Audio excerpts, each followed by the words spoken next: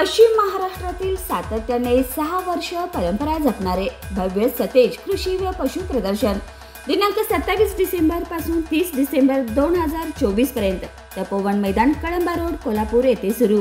तर नक्की भेट द्या तपोवन मैदानाला आणि सहभागी व्हा नवनवीन कृषी पशु फुले आणि अन्य अत्याधुनिक माहिती जाणून घेण्यासाठी। चला तर मग वाट कसली पाहताय, आजच भेट द्या तपोवन मैदानाला। गेल्या वर्षभरात कोल्हापुरातील दारू विक्रीत मोठी वाढ झाली आहे। एकूण 700 कोटी रुपयाची दारू विक्रीची नोंद यावर्षी झाली असून यात देशी दारू, विदेशी दारू आणि बियर याचा समावेश आहे। या विक्रीत सर्वाधिक हिस्सा देशी दारूचा आहे, ज्याला लोक जास्त प्रमाणात पसंती देत आहेत।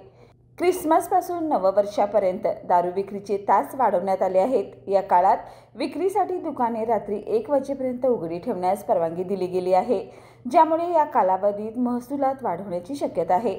त्याचबरोबर उत्पादन शुल्क विभागाकडून अवैध दारू विक्रीवर नियंत्रण आणण्यासाठी मोठ्या प्रमाणावर कारवाई करण्यात आली आहे। सुमारे 4.5 लाख लिटर अवैध दारू जप्त करण्यात आले असून हजारो जणांच्यावर गुन्हे दाखल करण्यात आलेत। सणासुदीच्या काळातील ही विक्री वाढ आर्थिक आणि सामाजिक दृष्टिकोनातून महत्त्वाची ठरू शकते। मात्र या वाढत्या प्रवृत्तीमुळे दारूमुळे होणाऱ्या आरोग्य व सामाजिक समस्यावर नियंत्रण ठेवण्याची आवश्यकता आहे।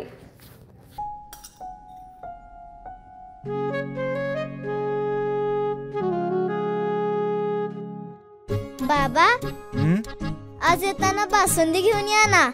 अगं, कालच आपण आईचा वाढदिवस होता म्हणून आणली होती ना। ऐकलं, गोकुळची बासुंदी पुन्हा खावीशी वाटतेय। खरं सांगू, मलाही खावीशी वाटतेय। पुन्हा पुन्हा खावीशी वाटणारी गोकुळ बासुंदी।